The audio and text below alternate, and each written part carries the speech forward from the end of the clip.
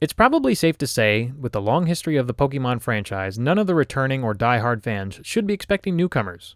The TV series has many seasons, and to boot, many movies in between. Any convert would have to start from the very beginning, and work their way through all of that just to reach this point. On the other hand, if that is the drive, then fans should be happy that another film in the list of entries remains to have standout qualities for its viewing experience. Know that there are still some aspects that still make it a typical entry for this franchise, but it's not as average as some of the other previous films. At this point, it seems like the films are no longer sticking to the TV show timeline, which is okay since the movies never seem to play into the TV show anyway. This entry drops the audience into Ash Ketchum's world with no indication of time or place, other than around the same time as the show's latest season. Along with him are several other characters that end up weaving their way into the storyline, which in time cross paths with Ash.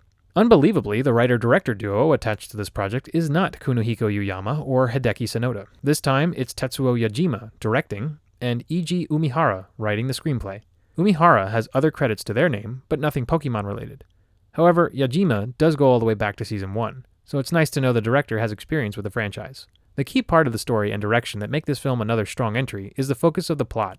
Unlike other films which revolved around a legendary Pokemon, and how capturing, controlling, or destroying them would disturb the balance of nature or something like that, this time it focuses more on the human characters and the development of their arcs.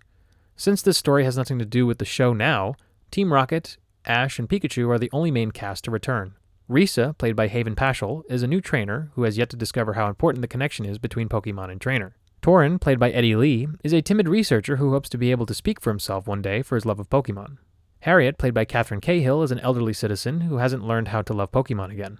Callahan, played by Billy Bob Thompson, is a lying uncle to his niece, Kelly, played by Laurie Himes, who doesn't know he lies.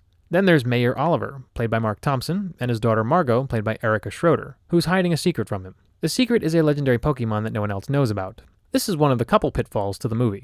No matter what, it seems like no movie can stay clear of directly being about a legendary Pokemon.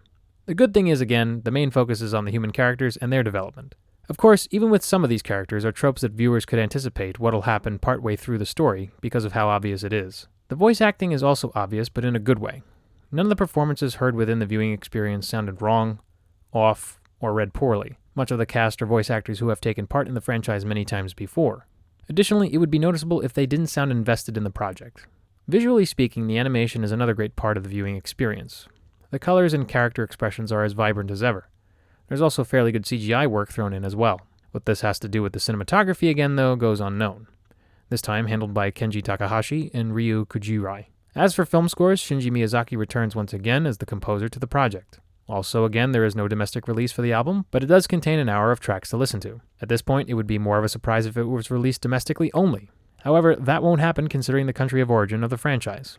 The music sounds good as usual and has its moments of memorable tunes. Showing that films related to a franchise can be entertaining, the viewing experience this time focuses on the human characters. As usual, it includes the annoying character familiarities and legendary Pokemon, but also has completely new characters, great animation, and consistently pleasant music.